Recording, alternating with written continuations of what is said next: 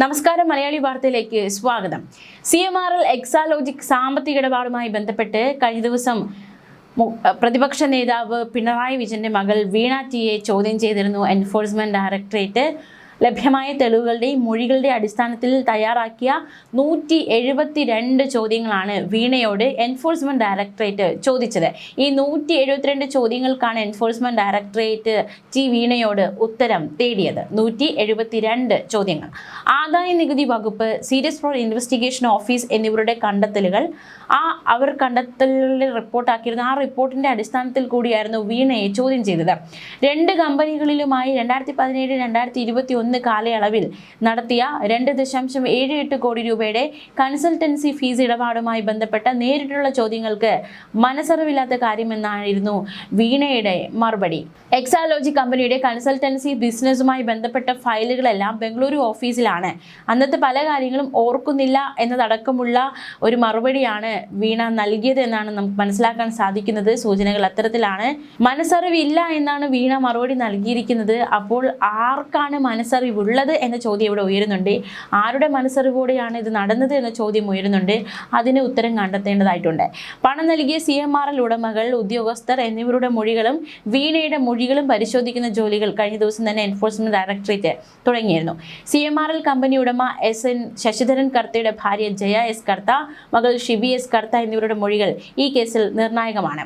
എക്സാലോജിക് ബംഗളൂരു ഓഫീസിൽ നിന്ന് SFIO ശേഖരിച്ച മുഴുവൻ രേഖകളും ഒന്നുകൂടി പരിശോധിച്ച ശേഷം വീണയെ എൻഫോഴ്സ്മെന്റ് ഡയറക്ടറേറ്റ് ഇനിയും ചോദ്യം ചെയ്യാൻ സാധ്യതയുണ്ടോ എന്ന ഒരു ചോദ്യം കൂടി അവശേഷിക്കുകയാണ്. എന്തായാലും കേസിൽ അടുത്ത നീക്കം കരുതലോടെയായിരിക്കും എൻഫോഴ്സ്മെന്റ് ഡയറക്ടറേറ്റ് നടത്തുക. ഈ മുഴുവൻ മൊഴികളും രേഖകളും വിശദമായ വിശകലനത്തിന് വിധേയമാക്കും. അതാണ് ആദ്യമായി ഇനി ചെയ്യാൻ പോകുന്നത്.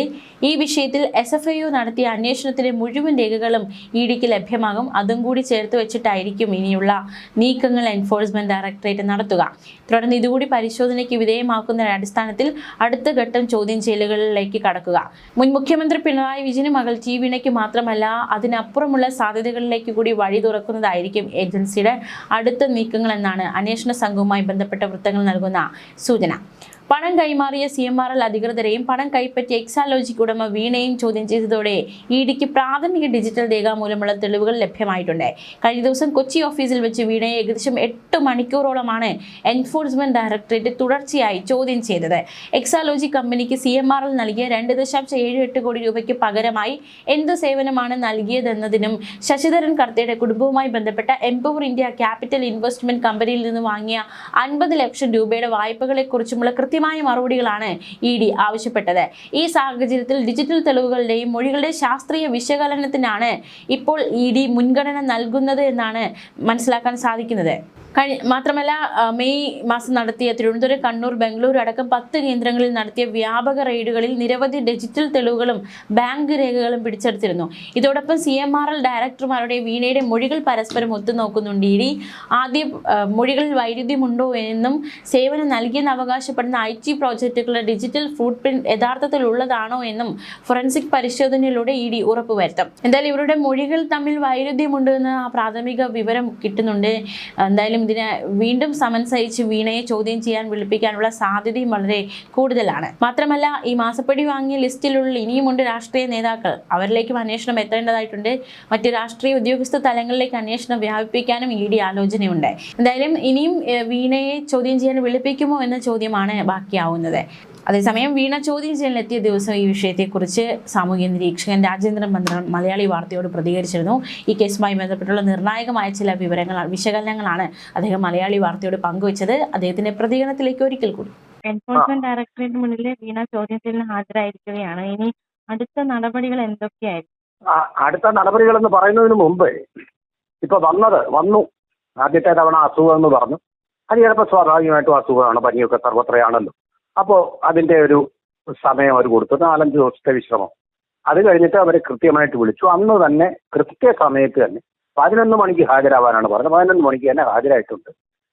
ഭർത്താവ് മുഹമ്മദ് റിയാസ്, മുൻ മന്ത്രിയായിരുന്ന മുഹമ്മദ് റിയാസിനോടൊപ്പമാണ് വന്നത്. ഇവിടെ നമ്മൾ പ്രവേശിക്കുന്ന സമയത്ത് ഇപ്പം നോക്കുമ്പോൾ ഒരു ആത്മവിശ്വാസത്തോടു കൂടി തന്നെയാണ് ഈ പത്രക്കാരുടെയും പോലീസുകാരുടെയും ഇടയിലൂടെ അവർ മുറിയിലേക്ക് കടന്നുപോയി. അതിനുശേഷം എന്താണ് സംഭവിച്ചുകൊണ്ടിരിക്കുന്നത്? നമ്മൾ ഈ സംസാരിക്കുന്ന നേരത്തും അവിടെ ചോദ്യം ചെയ്യൽ നടന്നുകൊണ്ടിരിക്കുകയാണ്. അപ്പോൾ എന്തൊക്കെയോ കാര്യങ്ങളുടെ കുരുക്കഴിക്കാനുണ്ട് എന്നുള്ളതാണ് അതിൽ നിന്ന് വ്യക്തമാക്കുന്നത്. അല്ലാതെ അപ്പോൾ അതിനകത്ത് 2.89 കോടി രൂപ അത് എന്തിനു വേണ്ടി എങ്ങനെ കിട്ടിയതാണ് എന്നുള്ളതിന് വ്യക്തമായിട്ടുള്ളൊരു വിശദീകരണമാണ് അവർ പ്രതീക്ഷിക്കുന്നത്. നമ്മൾ ഓർക്കുമ്പോൾ കർത്താ കുടുംബത്തിലെ കർത്തായുടെ ശശിധരൻ കർത്തായുടെ മകൻ ഉൾപ്പെടെ സകല ഭാര്യ, മകൾ ഇവരുടെ എല്ലാം വിശദമായിട്ടുള്ള ചോദ്യം ചെയ്തൽ കഴിഞ്ഞ ദിവസം നടന്നിരുന്നു. അവർ പറഞ്ഞ ദിവസം തന്നെ ഹാജരായി. കേസുമായിട്ട് മുന്നോട്ട് പോയിട്ട് ഈ ചോദ്യം ചെയ്യലിനെ അട്ടിമറിക്കാനുള്ള ശ്രമത്തിൽ നിന്ന് ആ കുടുംബം പിന്മാറിയതായിട്ടാണ് നമ്മൾ മനസ്സിലാക്കുന്നത്. അപ്പൊ തീർച്ചയായിട്ടും അവരും വീണാ വിജയന്റെ കുടുംബവും തമ്മിലുള്ള എന്തൊക്കെയാണ് ചോദിച്ചതെന്ന് സംബന്ധിച്ച് തീർച്ചയായിട്ടും സ്വാഭാവികമായിട്ടും ഒരു ആശയവിനിമയം കൈമാറ്റം നടന്നിരിക്കുന്നതിന്റെ അടിസ്ഥാനത്തിലായിരിക്കണം കൂടുതൽ ആത്മവിശ്വാസത്തോടു കൂടി തന്നെ വീണ ED അഭിമുഖീകരിക്കാൻ വേണ്ടിയിട്ട് ഇന്ന് പോയത്. ഏതാണ്ട് 10 മണിയോടുകൂടി തന്നെ EDയുടെ ഉദ്യോഗസ്ഥരെ അവിടെ വന്നു. ഒരു 10:30 കഴിഞ്ഞപ്പോഴത്തേക്കും 11 മണിയാണ് സമയം കൊടുത്തിരിക്കുന്നത്. 11 മണിക്ക് തന്നെ 11 മണിക്ക് മുമ്പ് തന്നെ വീണ പോവുകയും ആ പേപ്പറുകൾ അവർക്ക് അയച്ചിരിക്കുന്ന സമൻസ് പോലീസുകാരെ കാണിച്ചുകൊണ്ട് CRPF പോലീസും ഉണ്ട്. ഇത് CRPF ആണ് അത് പരിശോധിക്കുന്നത്. അവരെ വിശദമായ എയർപോർട്ടിൽ കയറുമ്പോൾ ടിക്കറ്റ് പരിശോധിക്കുന്നത് പോലെ ഒരു പരിശോധന, ഒരു ഫോർമാലിറ്റി, അതോടുകൂടി അവരെ അകത്തേക്ക് കടത്തിവിടുകയും ചെയ്തു. അങ്ങനെ ചോദ്യം ചെയ്യൽ ഇപ്പോഴും തുടർന്നുകൊണ്ടിരിക്കുകയാണ്. ഇതിപ്പോൾ എത്ര മണിക്ക് വരെ? 11 മണിയാണെങ്കിൽ ഇപ്പോൾ 12, 2 മണിക്കൂർ എന്തായാലും പിന്നിട്ടുണ്ട്. 2.25 മണിക്കൂറാണ് ഇപ്പോൾ പിന്നിട്ടിരിക്കുന്നത്. ഇനി ഏറെ നേരം പോവാം, വൈകുന്നേരം വരെ ഇതുണ്ടാവാം. വീണ്ടും വേറൊരു ദിവസം കൂടി വിളിക്കാനും സാധ്യതയുണ്ട്. അപ്പൊ ഇതിന്റെ ഇമ്പാക്റ്റ് ആണ് ആൻസി ചോദിച്ചിരിക്കുന്നത്. ഇമ്പാക്റ്റ് എന്ന് പറഞ്ഞാൽ വലിയ ഇമ്പാക്റ്റ് ഉണ്ടാകുന്ന സംഭവമാണ്. കാരണം ഈ പണം കൊടുത്തിരിക്കുന്നത് മുഖ്യമന്ത്രിയുടെ മകളായതുകൊണ്ടാണെങ്കിൽ തീർച്ചയായിട്ടും അതൊരു സ്വജനപക്ഷപാതമുണ്ട്, അതിൽ അഴിമതിയുണ്ട്, ദുരൂഹതയുണ്ട്. അപ്പൊ ഇതിനെല്ലാം തന്നെ സിമ്പിളായിട്ട് ഏതെങ്കിലും ഒരു പൗരൻ രാജ്യത്തേത് നടത്തുന്നത് പോലുള്ള ഒരു പ്രശ്നമല്ല ഇതുപോലുള്ള വെട്ടിപ്പ് എന്ന് പറയുന്നത്. അധികാരത്തിലിരിക്കുന്ന ഒരാൾ ആ മകൾക്ക് വേണ്ടിയിട്ട് ഇങ്ങനെ ഒരു സാങ്കേതികത്വം കാണിച്ചു എന്നുള്ളതാണ്. അത് തീർച്ചയായിട്ടും അഴിമതിയുടെ പരിധിയിൽ വരുന്നതാണ്. നമുക്കറിയാവുന്നതുപോലെ ലോകായുക്ത എന്ന് പറയുന്ന പൊതു ഇടങ്ങളിലെ പൊതു ഭരണ അധികാരികളുടെ അഴിമതികൾ അന്വേഷിക്കാനുള്ള ഒരു സംവിധാനം നമ്മുടെ രാജ്യത്ത് ഉണ്ട്. കേരളത്തിലും അത് മുൻ ജഡ്ജിമാരുടെ നേതൃത്വത്തിൽ രൂപവൽക്കരിച്ചിരുന്നു. വളരെ മൂർച്ചയുള്ള നിയമങ്ങളോട് കൂടിയ ഒന്നായിരുന്നു അന്ന് ലോകായുക്ത. പക്ഷെ പിണറായി വിജയന്റെ കാലത്ത് തന്നെ ലോകായുക്തയുടെ പല്ലുകൾ ഒക്കെ അടിച്ച് തകർത്തുകൊണ്ട് വളരെ ടീത്ത്ലെസ് ആയിട്ടുള്ള, മുഖ്യമന്ത്രിക്കെതിരെ അഴിമതി ആരോപണം വന്നാൽ അതിനെക്കുറിച്ച് അന്വേഷണം നടത്താൻ അധികാരമില്ലാത്ത ഒന്നായിട്ട്, ഒരു നോക്കുകുത്തിയായിട്ട് നിൽക്കുകയാണ് നമ്മുടെ സംസ്ഥാനത്തെ ലോകായുക്ത. ഇപ്പോൾ അതൊന്ന് അഴിച്ചു പണിയുന്നതിനെ പറ്റി പുതുതായിട്ട് വന്ന മന്ത്രിസഭയും യാതൊരു വാഗ്ദാനങ്ങളും വാക്കും ഇതുവരെ നൽകിയിട്ടില്ല.